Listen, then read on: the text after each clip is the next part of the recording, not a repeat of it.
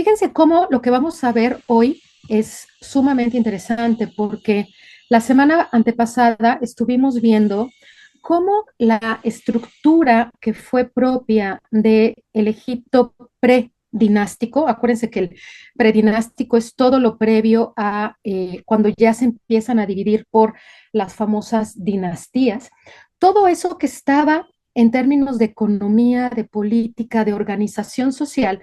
Los primeros faraones, los faraones de las primeras dinastías, la dinastía cero que se le llama, la uno, la dos, son como absorbidas. Entonces, esta división por los nomos y los famosos nomarcas va a seguir estando en cada una de las dinastías o en cada uno de los imperios, en algunas más, en algunas menos.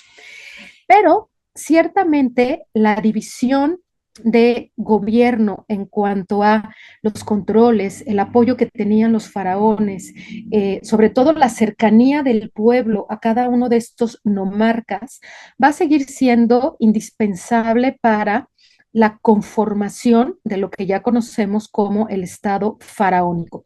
Y ese Estado faraónico se va a conformar en el ámbito estatal, evidentemente, en el ámbito político, en el ámbito religioso y en el ámbito económico. Y eso va a ser la base que va a permear en el resto de las dinastías y de manera particular en las primeras dinastías, la dinastía 3, la dinastía 4, la dinastía 5 y la dinastía 6, que son las dinastías que conforman el famosísimo imperio antiguo, son claves para entender el desarrollo de Egipto. Entonces, me voy a la primera diapositiva porque esto es muy importante, fíjense, cómo se conforma el Estado faraónico. En términos muy prácticos, el Estado faraónico se va a ir estructurando, obviamente, primero con la figura del faraón. Venimos de unos momentos históricos en donde cada nomarca regía un sector de la tierra del Nilo, del Alto y del Bajo Egipto, y cada uno de estos nomarcas tenía sus propias estatutos legales, sus propios estatutos económicos, políticos y sociales. Cuando finalmente el famosísimo Narmer unifica el Alto y el Bajo Egipto, obviamente le va a costar trabajo estructurar lo que debe de ser el Estado faraónico. A partir de hoy, pensando en Narmer y los demás faraones, ¿qué debe de creer un egipcio? ¿Cómo debe de vivir un egipcio? ¿Por qué nos llamamos egipcios y somos distintos a los asiáticos o somos distintos a los nubios?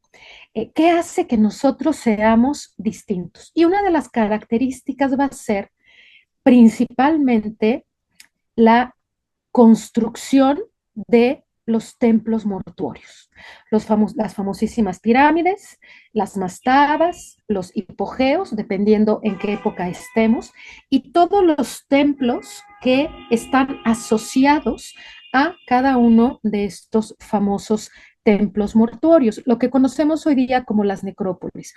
En una necrópolis no solamente vemos las tumbas, en una necrópolis también vemos los templos de los dioses, vemos las tumbas familiares, las tumbas de los dignatarios, vemos incluso los espacios en donde ponían las ofrendas. Vemos una serie de elementos arquitectónicos que van a tener su origen conceptual en este primer imperio que es el imperio antiguo.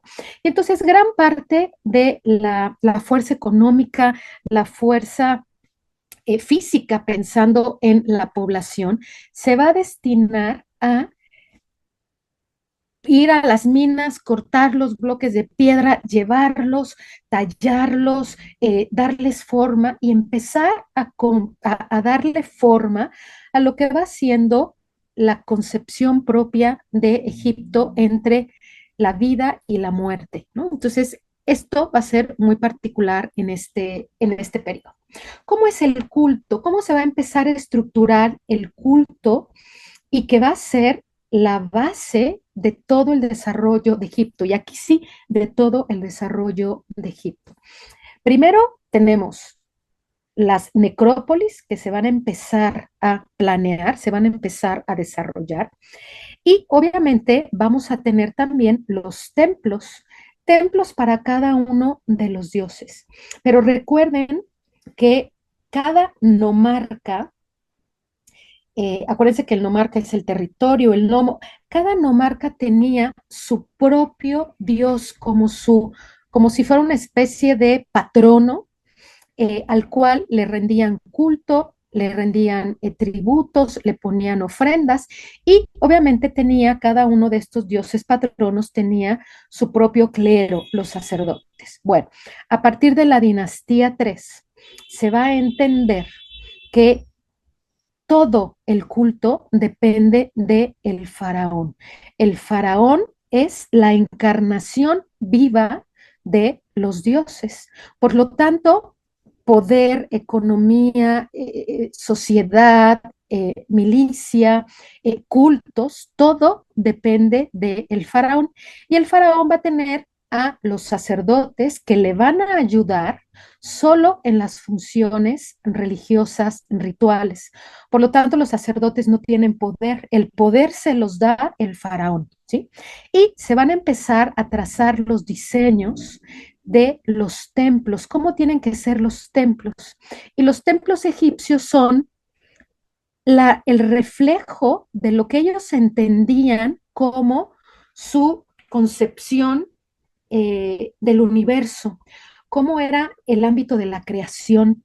Y ellos concebían que dentro de la creación había elementos que son los famosos elementos primigenios, y esos elementos primigenios siempre han estado, que sería el agua, el elemento acuoso, el agua del río Nilo, sería también las montañas sagradas, que son las dunas del desierto, y esas dunas después las vamos a entender como las pirámides.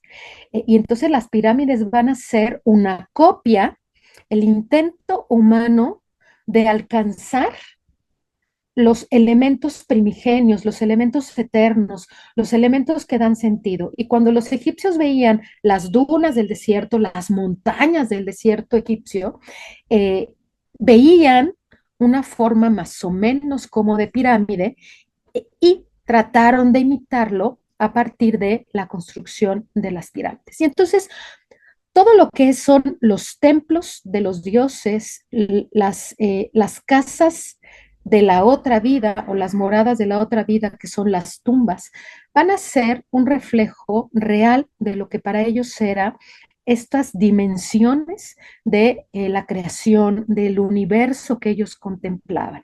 Y obviamente empezamos desde un ámbito creación, entendiendo una creación, si nosotros pensamos en los mitos de la creación, en lo que hemos leído sobre la creación, leemos siempre en los documentos, al inicio era la oscuridad, y de la oscuridad la luz, y de la luz el sonido, y del sonido el agua, la tierra, los pajaritos, empieza a haber vida y al final el hombre mismo. Los templos van a ser realmente exactamente eso. Y les pongo aquí uno de los templos, que pudiera ser cualquiera, porque todos tienen la misma estructura. Tenemos lo más, fíjense cómo en términos arquitectónicos, traten de distinguir cómo este extremo que estoy señalando ahorita es el más bajo, el que tiene menos altura. De ahí pasamos a otro sector que tiene una altura un poco mayor, como si fuera una especie de escalerita. Aquí tenemos una altura mayor, una altura mayor y una altura mayor. Vamos de lo menos a lo más o de lo más a lo menos. En ese sentido, da igual. Este lugar es el lugar más sagrado, es el lugar más pequeño, no por pequeño es menos importante, sino es el espacio en donde habita la divinidad. Y acuérdense que la divinidad principal en Egipto va a ser el sol. Y su cosmogonía, todos sus conceptos de supramundo, ámbito terrestre e inframundo tienen que ver con el sol. Entonces, hasta aquí atrás, en este espacio más pequeño, se oculta la grandeza del dios principal, que es el famosísimo Ra, el famosísimo Atón, que luego vamos a ir entendiendo por qué cambia de nombre y en qué momento es más Ra y en otros momentos es más Atón o qué pasa con el Sol. Pero traten de pensar que en este espacio último, como lo vemos, o primero, dependiendo cómo lo estén ustedes tratando de entender, es el lugar oscuro que se alumbra por la luz, en términos escatológicos, la luz que irradia el sol por sí mismo. Es el lugar más pequeño porque es el lugar al que entraba el faraón y para entrar tenía que hacerse pequeño en una suerte de me humillo, me hago pequeño, reconozco mi inferioridad de cara al Dios. Y entonces, si lo veo en términos de lo más alto a lo más bajo, yo, faraón, entro en todo mi poder al templo, voy recorriendo cada uno de los lugares o de las divisiones del templo. Tengo los pilonos, después entro a el patio, luego tengo la sala hipóstila, luego voy a empezar a entrar a lo que es el santo, el lugar santo, donde están los dioses, donde están algunas ofrendas, algunos textos dedicados a los dioses. Y para entrar a este espacio, yo que soy lo más grande que pueda haber en esta tierra, el poder, la perfección, conforme voy entrando al santo y finalmente al santo santorum, yo me tengo que hacer pequeño, tengo que entender que mi condición es pequeña comparada con la condición de el Dios. Y todos los templos egipcios tienen esta estructura arquitectónica y este sentido en términos de cosmogonía. Pero esto que les acabo de decir se va a estructurar justo en las primeras dinastías, en lo que se conoce como el Imperio Antiguo. Y se va a imitar, obviamente, en todos los demás momentos. Otra de las cosas importantes de este periodo, que se conforma en este periodo, va a ser, obviamente, el aspecto propio de los dioses. Nosotros sabemos que en Egipto es una religión netamente politeísta, hay muchos dioses, sí, pero se reconoce que hay uno primero y va a haber como el dios primero y los demás dioses, y además va a haber como los dioses que son patronos de cada uno de las provincias que en su momento fueron los famosos nomos, nomarcas, ¿sí? Y entonces vamos a empezar a encontrar los nombres de los dioses principales, los dioses que siempre han existido y cómo se va a empezar a conformar su famosísima mitología, ¿no? Entonces, por ejemplo, aquí lo que les he puesto es obviamente una ilustración de lo que se conoce como la triada de los primeros dioses que van a conformar eh, la concepción divina de Egipto. Vean, tenemos primero, como la explicación de esta imagen, tenemos el cielo, un cielo estrellado, y si ustedes ven fotografías de las tumbas, perdón, del Valle de los Reyes, todas las tumbas en el Valle de los Reyes tienen el techo completamente estrellado. En algunas se conserva más el color, en otras no tanto. Cuando lleguemos a el Imperio Nuevo las vamos a ver, pero ustedes fíjense, vean en internet fotografías de tumbas del Valle de los Reyes y del Valle de las Reinas y tienen un cielo estrellado. Las tumbas son un cosmos en chiquito. Y entonces voy a tener el cielo, voy a tener la tierra y voy a tener el inframundo, todo en la tumba. Entonces, aquí lo que estoy viendo en estas representaciones, ay, me fui, perdón, el cielo estrellado, que está representado por una diosa, que es la diosa Nut, que es la diosa del cielo. Y vean cómo la diosa Nut tiene en su cuerpo el sol. el sol que va recorriendo por el cielo desde que nace hasta que muere. Y vean, es muy significativo porque tenemos el sol en este sector. Piensen que la diosa Nut es representada como una mujer. Y entonces tenemos al sol que nace, como nace cualquier ser humano, nace y empieza su desarrollo, empieza su crecimiento por todo la bóveda celeste, llega a su punto cenit y empieza a decaer y muere.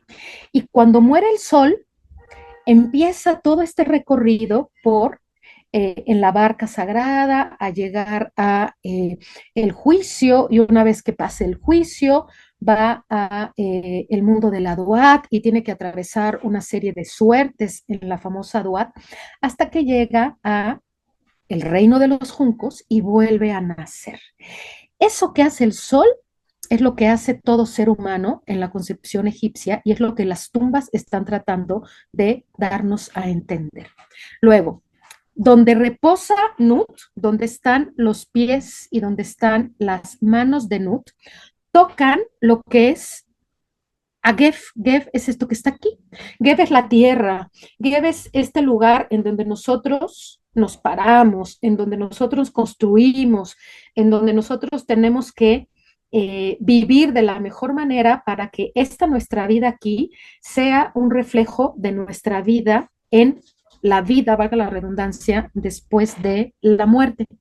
Y todo lo que está aquí en el medio se entiende como Shu. Shu es el viento. El viento separa el cielo, la tierra y hasta cierto punto Shu, que no se ve, que no tiene una representación. Shu es lo que hace que el sol pueda ir como que a veces viéndose un poquito más claro, a veces no tan claro porque tengo las nubes, porque hay algo que me impide que lo vea con claridad, que es justo que los egipcios veían todos los días. Los egipcios veían cómo el sol nacía, cómo el sol crecía y cómo el sol moría.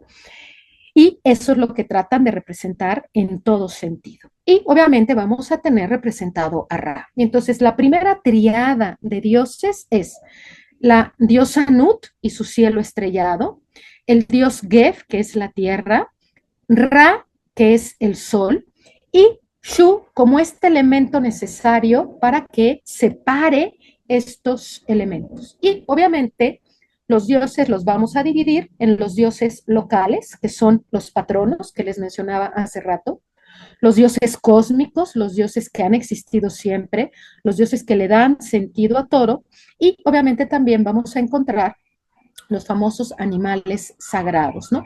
Que no son divinos, pero que los egipcios les van a dar un carácter particular, tanto que en todas las dinastías vamos a encontrar animales sagrados que son momificados para que acompañen a el rey o a los que han muerto a la otra vida.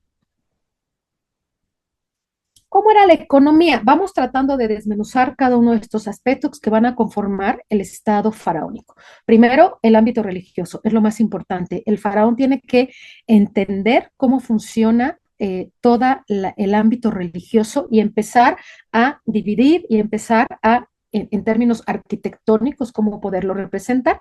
Obviamente vamos a tener la economía, una economía basada al 100% en la agricultura y poco a poco en el ámbito del comercio, los intercambios, las expediciones por tierra, las expediciones por mar.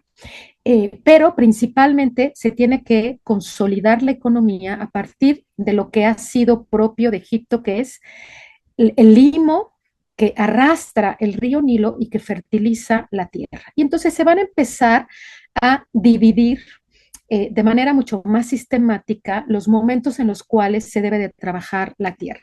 Y entonces ellos le llamaban a la inundación, la famosa gran inundación, como Ajet. Y es este momento en el que el río Nilo crece, crece, crece, inunda la tierra y fertiliza de tal manera que cuando el río baja o se aparta un poco, viene el momento de sembrar. Y a ese momento le llamaban Peret. Y entonces hacían los surcos, ponían las semillitas, ¿no? De sobre todo el trigo, la cebada y el lino. Y finalmente venía el momento de la cosecha, que era el mes de Shamu o la estación de Shamu. Entonces ellos tenían muy bien dividido sus tiempos calendáricos para poder todo centrarlo a partir de la agricultura. Ajet, la estación de la inundación; Peret, la siembra, el momento de la siembra; y Shemu, el momento de la cosecha. Y aquí les pongo estos dos ejemplos que son muy claros. Vean cómo se ve. Egipto es así. En Egipto tenemos la parte fértil, que es muy fértil, ¿no? El río Nilo anda como por acá. Vean que tampoco hay mucha tierra fértil, pero hay una gran división, marcada división. Esta es la tierra fértil y este es el desierto. El río Nilo, cada inundación crecía de tal manera que los egipcios sabían perfectamente bien dónde poner sus casas, dónde poder realmente construir, porque el río Nilo, por mucho que creciera, no llegaba a invadir el lugar de sus casas, y lo demás es desierto, desierto, totalmente desierto. Y en esta foto que me gusta mucho, se ve claramente aquí en los surcos la tierra negra, no sé si la alcanzan a ver, la tierra negra. Por eso acuérdense, alguien me preguntaba la semana antepasada que el nombre de Egipto, de dónde venía, si ellos le llamaban así. Y el nombre, y aquí se los pongo, el nombre que ellos le llamaban era Kemet, la tierra negra, y a el desierto le llamaban la tierra roja y le decían Sheret. Todo esto es la tierra roja o el desierto y es Sheret, ¿no? Entonces son dos fotografías que ayudan muy claro a entender realmente cómo Egipto, su base económica siempre ha sido la agricultura. Evidentemente, en cada uno de los momentos históricos vamos a encontrar una mayor fuerza en términos comerciales, por tierra y por mar. Y vamos a empezar también a ver los intercambios comerciales. Egipto, por ejemplo, no produce madera, al menos no madera de cedro. Y entonces necesitaba comerciar con el Líbano. El Líbano siempre ha sido muy bueno con los árboles, y trabajando y cortando la madera de cedro. Bueno, pues yo te intercambio. ¿Tú qué careces? No tienes papiro. Uy, nosotros tenemos mucho papiro. Tú me mandas madera y yo te mando papiro. Y empezaron también los famosos intercambios comerciales. ¿Cómo era la organización social, o las clases sociales, la organización política? Esto va a quedar claro para todo Egipto, pero sí vamos a ver cómo a finales de este primer imperio, del imperio antiguo, como que ciertas clases van a empezar a cobrar mayor fuerza económica que otras, y eso va a mover absolutamente toda la balanza que buscaba en Egipto. En términos generales, tenemos al faraón, ¿no? Que es, aquí se los pongo hasta arriba, que es el depositario del derecho divino. Él tiene por derecho divino la autoridad de ejercer la ley, la justicia, el orden, mantener el control absoluto de las dos tierras, y quien siempre va a mediar por el faraón, que le va a dar una serie como de poderes, va a ser el famosísimo Horus. Luego trataremos, y si no nos da la vida aquí, obviamente les voy a, o les mando un esquema o les dejo una lectura como muy clara de lo que es realmente la mitología, los dioses, cómo es que viene Horus, Horus es hijo de quién, todos estos aspectos más mitológicos y la famosa genealogía de los dioses. Después del faraón vienen los altos funcionarios, perdón, yo ya estoy con el tema de la muerte, los altos funcionarios, los sumos sacerdotes, los nobles, los escribas, los soldados y por último el pueblo, campesinos, artesanos y esclavos. Hasta el final estaban los esclavos. Fíjense que con este tema de los esclavos siempre ha habido mucha controversia, porque en textos se habla, en los textos egipcios se habla de los siervos, los que sirven a, y estos siervos son los que trabajan en las casas, los que ayudan a la tierra o los que hacen trabajos pesados. Pero luego sí nos vamos a encontrar, y aunque aquí a manera de ilustración, en la parte más baja de la pirámide, encontramos a ciertos personajes que están amarrados del cuello, como que ciertamente los están llevando como prisioneros, no queda tan claro el concepto de esclavitud en Egipto, ¿no? Incluso cuando se leen los textos hay distintos nombres para hablar de los siervos, hay distintas obligaciones y distintas responsabilidades e incluso derechos que tienen los siervos. Y entonces es como muy difícil entender el concepto de esclavitud en Egipto, pero también encontramos relieves en donde es clarísimo que se los están llevando como prisioneros, ¿no? Entonces hay que tratar de entender también la fuente con lo que se encuentra en los documentos y obviamente también con la propia evidencia arqueológica. De ahí nos vamos a lo que sería un poco estas distintas funciones. Tenemos el escriba real. El escriba real era culto, tenía que escribir el jeroglífico, pero también tenía que escribir el hierático, pero también tenía que escribir el cuneiforme, porque acuérdense que la escritura de la antigüedad, el idioma de la antigüedad era el cuneiforme acadio, y tanto los pueblos del creciente fértil como los hititas, como los del corredor de Levante, como los egipcios, tuvieron que aprender el cuneiforme porque las cartas comerciales, las cartas diplomáticas se escribían en cuneiforme. Entonces, los escribas verdaderamente eran una cosa muy particular. Les voy a dejar, se las voy a mandar con, bueno, las voy a subir al Classroom. Hay una sátira que se llama la sátira de los oficios, muy chistosa. Yo llamo chistosa porque es un papá que está hablando con el hijo y el papá le dice, mira, a grandes rasgos, y luego se las voy a leer porque es muy, muy interesante.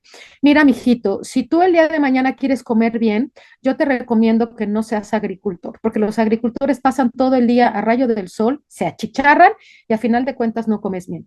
Si lo tuyo es un poco más como pensando hacer un artesano, tampoco. Y así le va diciendo como todos los oficios y todos asociados con el tema del buen comer. Y a final de cuentas le dice, mira, mijo, si lo que quieres es comer, te recomiendo que seas escriba, porque el escriba está sentado siempre con un techo, es decir, no te vas a chicharrar. El escriba siempre está aprendiendo. El escriba está pegado a, a los personajes importantes y el escriba come bien. Entonces es una sátira porque se burla de todos los oficios y a final de cuentas le termina diciendo, tienes que ser un escriba. Se las voy a compartir, es un escrito muy interesante. Luego tenemos al gran sacerdote, que es jefe supremo del ámbito religioso, no tiene poder político, no tiene poder económico, controla el culto, los ritos. Y esto es muy importante que nos quede súper claro, porque la caída del imperio antiguo se lo vamos a deber al culto sacerdotal. Pero hasta ahorita, en los inicios, los sacerdotes tienen muy claro su papel, los ritos funerarios, las ofrendas, mantener los templos, recibir a los faraones, checar los días de fiesta, en qué días hay que sacar a los distintos dioses. Obviamente reciben tributos, reciben ofrendas y dentro de las ofrendas va algo de dinero porque tienen que mantener el templo, ¿no? Luego nos vamos a encontrar a el gran visir. El gran visir es el que se encarga de llevar absolutamente qué llegó como ofrenda, qué hay de intercambio, cómo mantener de alguna manera, ayudar al faraón a mantener el orden, a que se aplique la ley, que no haya por alguna provincia, ni del Alto ni del Bajo Egipto, que haya algún disturbio. Son los que ayudan o los que se encargan de mantener el juicio terrenal. Si hay un juicio divino, aquí debe de haber un juicio.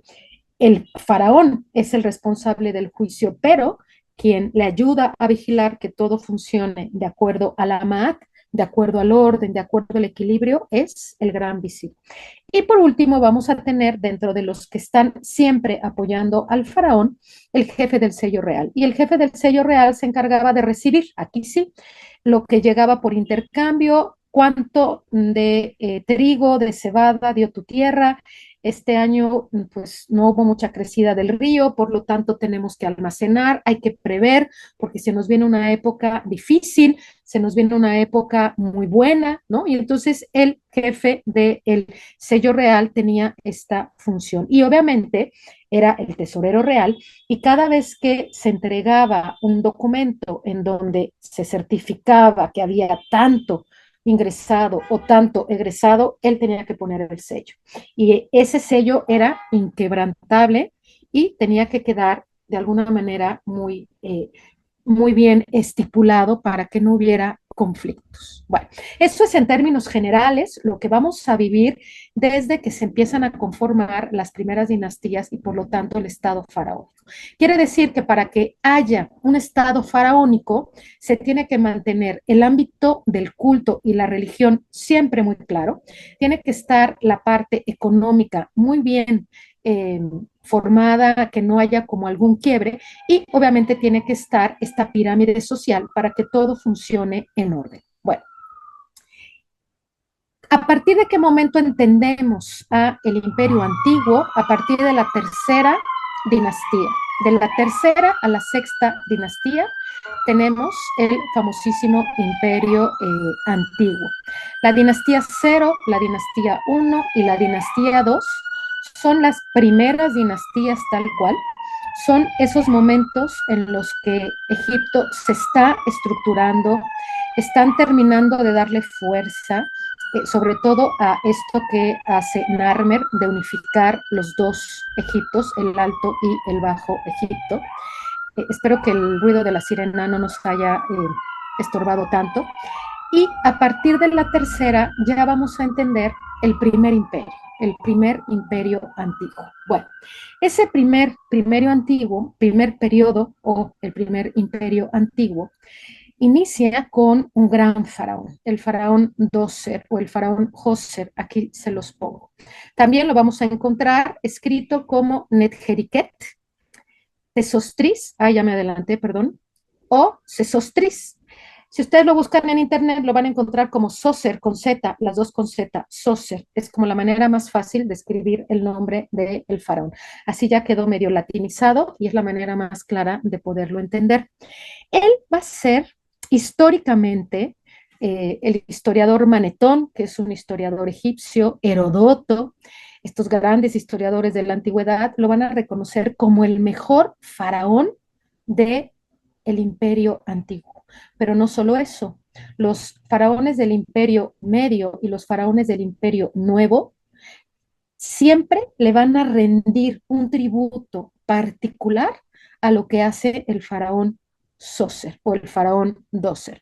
Es el que realmente conforma lo que hoy día entendemos como el Egipto faraónico.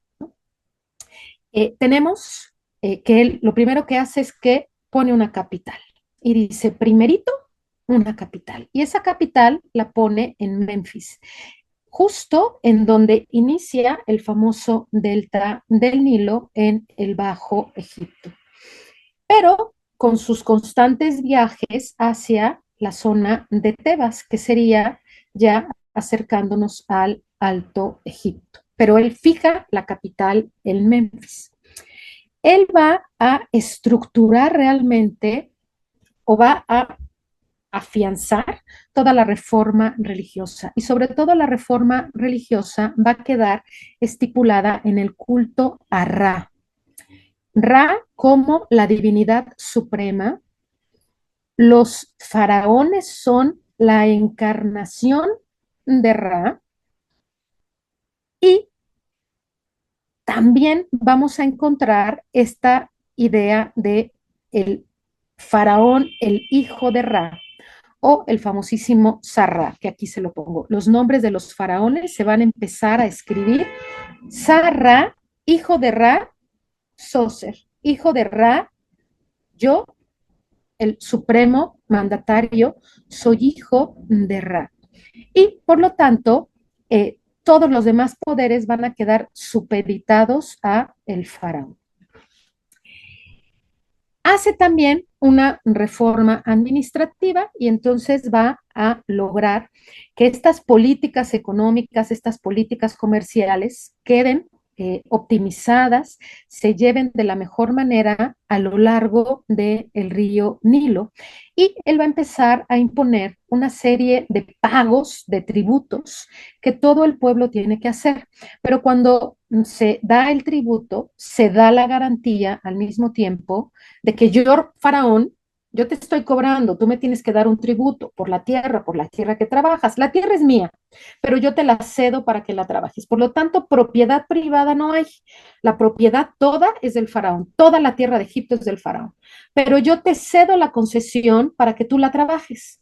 Y tienes que darle un tributo, tienes que pagar un tributo, como los derechos de uso de la tierra, pero eso te da la garantía de que siempre va a haber alimento, trabajo y casa para tu familia. Es decir, que yo, faraón, tengo que velar por tu bienestar, tengo que velar por el orden, por la tranquilidad, por la paz de todo Egipto. Y para eso se va a auxiliar de todo su aparato económico y social que le va a ayudar para que esto se pueda llevar a cabo. Entonces, cosas importantes que hace Dosser hasta ahorita, obviamente el fijar una capital, que la primera capital de Egipto va a ser Memphis, una reforma administrativa para tener un control, un orden, y vamos a tener esta reforma religiosa en donde se establece que los faraones son la encarnación de los dioses, pero sobre todo los hijos de Ra. Otra cosa importantísima que la vamos a empezar a ver en el arte va a ser esta como entendimiento de lo que es la antropología del hombre, lo que llamaríamos en términos filosóficos la antropología del hombre. ¿Cómo entienden los egipcios la propia constitución del ser humano? Entonces, Dosser va a decir que en el cuerpo humano hay varias entidades. Esas entidades todas están unidas en una misma forma y sería mi materialidad. Pero mi materialidad no se entiende sin mis elementos espirituales o mis elementos como más ónticos que le llaman, ¿no? Que es como mi propio ser.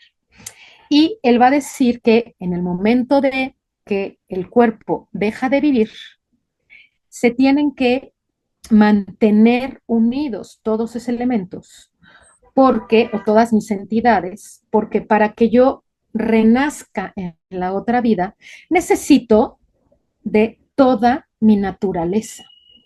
Por lo tanto, a partir de Dosser vamos a empezar a entender la vida después de esta vida y cómo para Egipto la muerte era el trance o el paso necesario para vivir un estado de plenitud, para vivir en el reino de los juncos, en la felicidad absoluta. Ojo, no es un encuentro con los dioses. Los dioses están allá en su mundo, en su cielo.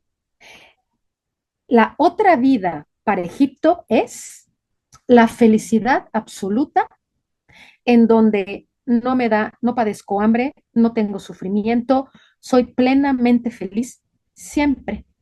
Lo vamos a ir como desmenuzando. Bueno, entonces, Dosser lo que dijo es que había dos entidades principales, como los aspectos espirituales del hombre, y que esas dos entidades jugaban un papel importantísimo en el momento de los ritos funerarios.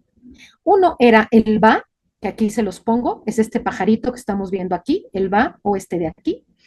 Este Ba se representaba siempre como un pájaro, porque es esta entidad mía que vuela, literalmente sale volando de mi corporeidad y el Ba lleva todo lo que soy yo y es el que se presenta al juicio ante Osiris. Es el que le lleva a Osiris todo lo bueno, todo lo que yo hice, se lo lleva a Osiris. Por lo tanto, es como mi representante, como si fuera mi conciencia, hagan de cuenta, que va a estar defendiendo lo que se hizo en esta vida. Y entonces siempre se va a representar como un pájaro y tanto en las tumbas como en los papiros o en los libros de los muertos, se trata de, los escribas tenían la obligación de representar el rostro del Ba lo más parecido al rostro de la persona que moría, lo cual no siempre era fácil, pero trataban de representarlo lo mejor. Y entonces creo que la representación más gráfica es esta. Aquí está el cuerpo de el que murió, aquí está Anubis, el dios que ayuda en toda la momificación, y el Ba que se desprende de la materialidad e inicia su vuelo para el juicio ante Osiris. Y la otra entidad espiritual es el Ka. Y el Ka siempre se va a representar con las dos manitas, estos dos bracitos que quedan así elevados. Y el Ka es realmente eso que hace que yo actúe bien. Es esa voz de la conciencia que ayuda a que yo en vida actúe bien o actúe mal. Y el Ka se quedaba en la tumba, el Ka se quedaba en mi sarcófago, pues, conmigo. Y era el que recibía todas las ofrendas que llegaban por parte de los familiares y era el que estaba siempre al tanto en la tumba, en la casa o la morada de la otra vida. Doser va a estructurar todo el tema de la ritualidad asociada al culto funerario. Y entonces tenemos el Ka escucha, se alimenta no, perdón, aquí no es el K, aquí es el va, perdón. Bueno, se los corrijo y se los mando bien. Este es el va. Escucha, se alimenta espiritualmente de las ofrendas y se iba a el tema del juicio. El va se va, literal, y el K se queda recibiendo las ofrendas. Y luego, Doser estructura el tema de la momificación. Y esto que les pongo aquí, en donde se recibe el cuerpo, se limpia, se quitan todos los órganos, las vísceras, se saca el cerebro por la nariz, se ponen los distintos elementos en los vasos cánopes, se pone el cuerpo en sal, se venda y finalmente se coloca en el sarcófago. Todos estos ritos los hacían los sacerdotes y los sacerdotes tenían que tener pues todas las herramientas para verdaderamente poder hacer el tema de el rito funerario. Era tan importante el rito funerario que en Egipto a partir de este momento va a quedar claro que para que yo logre vivir en la otra vida, tengo que tener una tumba, tengo que tener un sarcófago y me tienen que momificar. Son los elementos fundamentales que toda persona en Egipto necesitaba para llegar al juicio y pretender llegar a el reino del Aduat para pasar todo este infierno y finalmente llegar al reino de los juncos. Y todo esto lo estructura el faraón Doser. Me voy un poquito más rápido. Aquí tenemos a Doser. Es el primero que construye una pirámide. También va a ser importante por eso. Los faraones anteriores se enterraban en mastabas y aquí les pongo una mastaba. Y Doser decide que su tumba tiene que ser una serie de mastabas sobrepuestas, una más grande, una más pequeña, hasta finalmente llegar a algo, en este caso, la famosa pirámide escalonada de Djoser, que es la primer pirámide que se construye.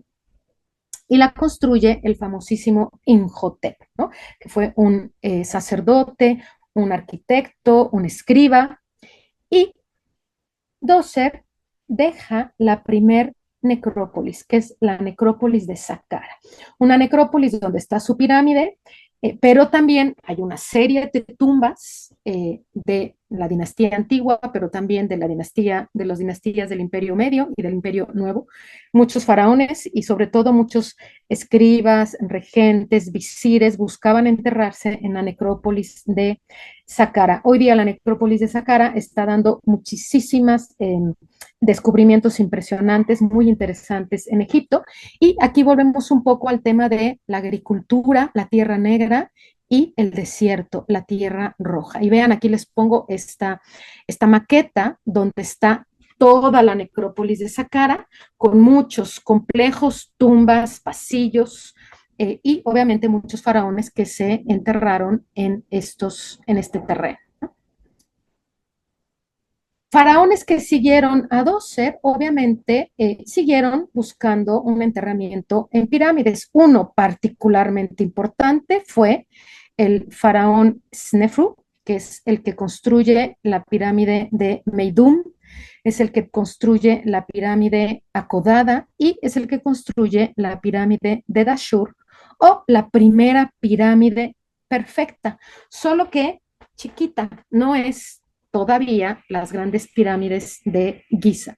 Y todos estos faraones, hasta lo que fueron los faraones Jefru, Jafra y Menkerura, que nosotros los conocemos como Keops, Kefren y Miserinos, en su nombre griego, mueven la necrópolis de Saqqara y la llevan a Giza.